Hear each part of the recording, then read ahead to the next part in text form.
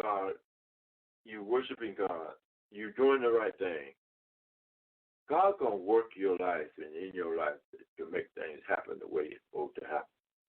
God's got it. You just do what's right and treat people right, and then what? Everything going to be absolutely all right. I mean, absolutely all right. Okay, let me get this phone call. Hello, good morning, good evening, welcome to HOWC Gospel. You're talking to Freddie Howard in Beatrice, Alabama. What's going on? Good morning. Hello. Good morning, guys. What happened? How you doing this morning? I'm doing okay. Man. How you doing? Yeah, I'm doing fine. How about yourself? Doing great, man. What you up to? That's good. Nothing, just getting out of bed. I ain't up yet. When you inboxed me, I was still kind of laying around there. Hey, I yes, had sir. to ask you, man. Really, while I was pushing you, I like you, man. You be supporting me, man. I love you, son. How you ain't no doing? doubt, man. I'm good. I won't complain. Yeah. Sure won't. Man, God is good, you know. Yeah. And what do you think about this virus?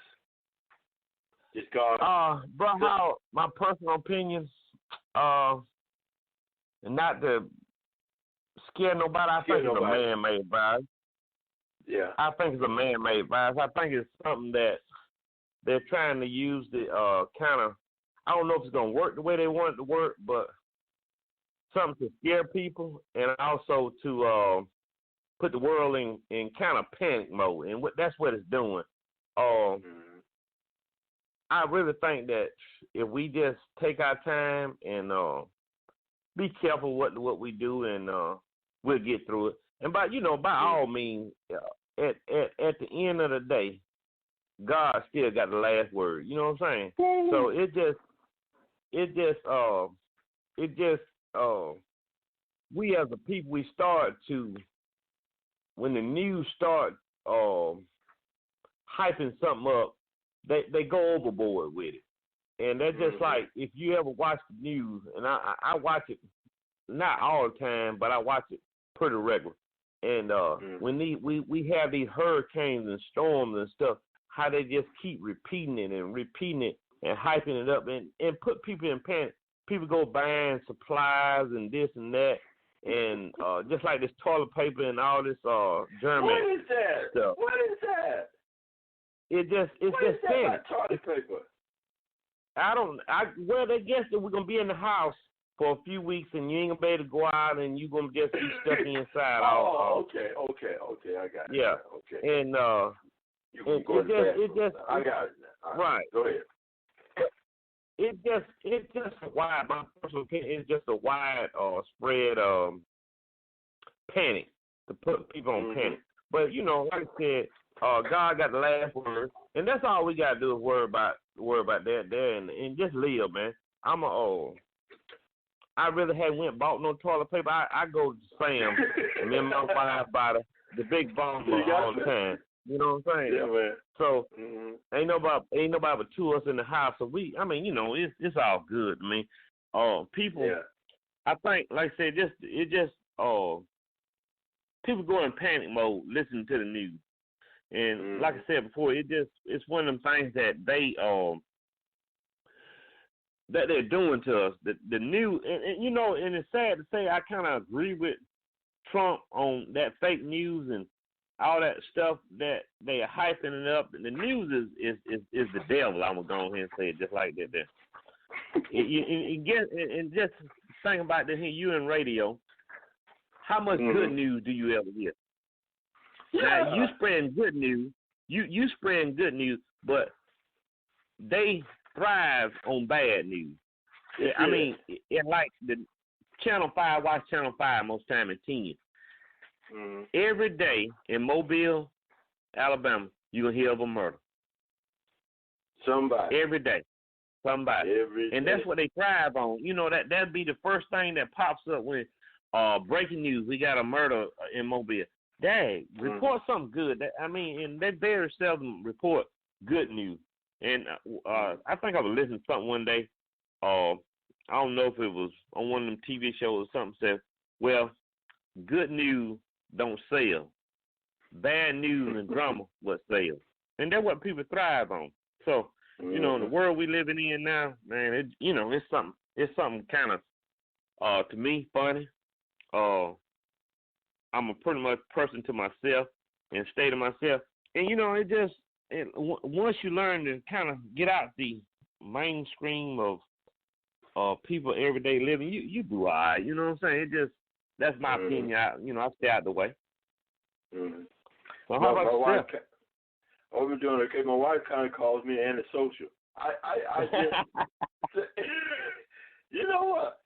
I can sense when somebody ain't real, man, and I don't want to be involved with it. I don't want to be talking to you. If you know, it's a spirit thing. Right. It's just like me and you connected now. That's real. Yeah. Yeah. You know it, and I know it. Ain't no fakeness about it. It's just like, not at all. I was talking about you be following me on the radio. That's real. That ain't no. You know old Freddie, and I know we from years ago. That's a good person. Yeah. She got problems. She got problems just like everybody else. But what would you say? Person. Yeah. Yeah. Anybody that rode up and down the road 102 miles a day and tore up 7 cars and broke their back and their neck and they dead. God's doing something with it. Man, what you talking about? Ain't no doubt. When you say blessing inside is a blessing. You know what I'm saying? Yeah. And like, you know, and that's why I said, the girl that got killed several weeks ago, right down there in front of the prison, Mercy. Do you know that lady over the 29 years that I rode back and forth to Holman? She worked in the cleaning business, and then she started working as a security person at Alabama River Pump over there in her last part of her life. Do you know that woman up and down that road at night? She was working as custodian with BD&F. And I would be half asleep, William, and I would pull off the road and wouldn't be all the way off the road. Have my back end or the front end be still out in the road. And she would come up to me, her lights flashing, and she'd knock on that window. She said, Mr. Howard, you still in the road. Pull off to the road. Here's a Coke. Here's a sandwich. Eat something and pull over there and go to sleep. I'll try to go home and I'll follow you home. I mean, she did that over 25. I mean, she did it forever. And guess what? Wasn't no hanky-panky going on, wasn't nothing. There's another human being concerned for another human being. And man, but you know, I told her family. That's it. Ooh, that's real stuff. That's the kind of person she was. They got killed right down in front of Atmo Prison. Where Warren ran into her. Yeah. But man, it's some stuff going on in the world now. Go ahead. Man, it's something serious. It's something serious now. It ain't the world we lived in, I'm just say 10 years ago. You ain't got to go back that far. You know, it ain't the same no more. This the day and age, man. And I be talking to people and talking to a lot of these young cats, trying to be kind of a mentor. They call me Unc now, and I got a bunch of my nephews, and I got a bunch of nephews out here in this world. You know, you try to guide them, and I tell them it ain't the same as it used to be. People were more friendly. You can pick your hand up nowadays and meet people on the road and throw your hand up to speak. People don't speak no more like they used to. You know what I'm saying? You can walk by people and people don't speak no more. There you go. You know what I'm saying? And in the world that we living in now, it has changed from us being friendly. We all and the world is antisocial now. You know, I mean, the world as we speak is antisocial. People don't speak in kind. You from the South, you know, people say, hey, how you doing, or speak. Yeah. But the courtesy and that what we was brought up on, it ain't there no more. I mean, you know, like you can walk in there, like what your parents used to tell you, if you walk into the house, speak. People walk in the house now, walk over, you don't even say a word. Don't even say, hey, how you doing or nothing. You know what I'm saying? Just come in, start a conversation, and that's it. But the world that we living in now is changing. And I told him, young cat, I said, the devil had, to my personal feeling and where I come from, the devil's in the United States so deep. So deep. So deep. I mean, he on every corner now, and he ain't playing. He's stealing and robbing every day. Sure is. And I'm talking about it's very deep, and people are unaware, or like I used to say, they care nothing for their life no more.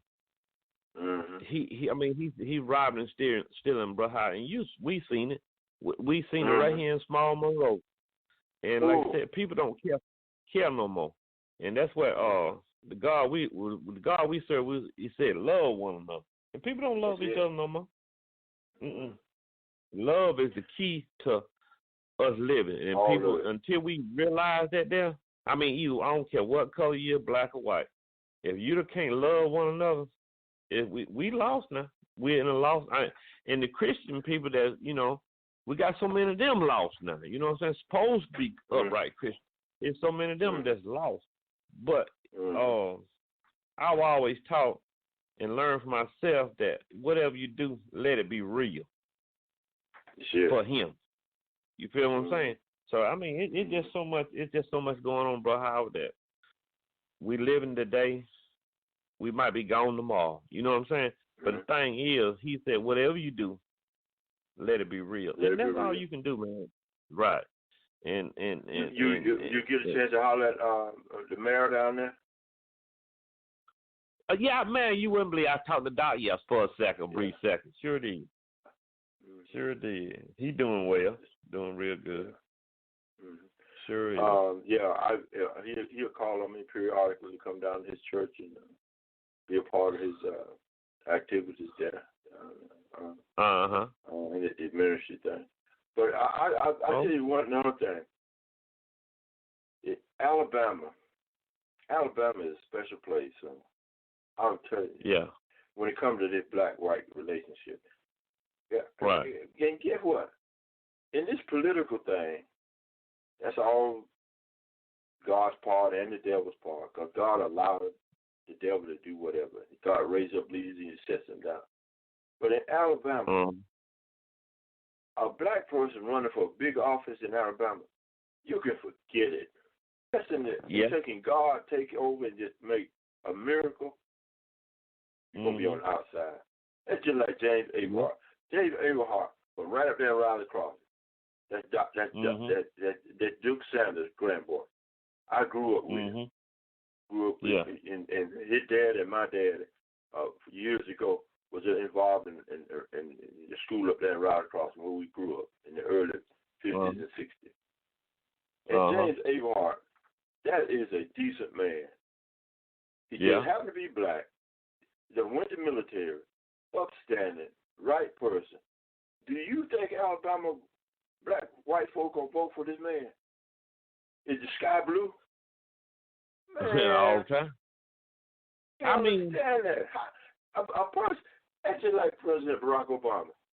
President Barack Obama had his fault. But President Barack Obama made some mistakes, but he was decent and in order, with respect. You know what I'm saying? Yeah. Folks hate him for what reason? For what reason? Until like President Donald Trump. Man, it's the best thing you can do for President Donald Trump is pray just like God said. That's the best thing you can do for President Donald Trump. Yeah. And guess what? The stuff that's going on in this nation now, that's God's hand. You say it may be fake, it may be whatever it is, but guess what? God got a way of getting your attention. What you say? And you're going to pay attention too. Sure is. And guess what? And we've been talking about the economy and the stock market and all that kind of stuff. What is it doing now? What's it doing now? Falling out of sight. The worst it's been in years. And me and you got money in that thing. Our retirement. Yeah. Started kicking out those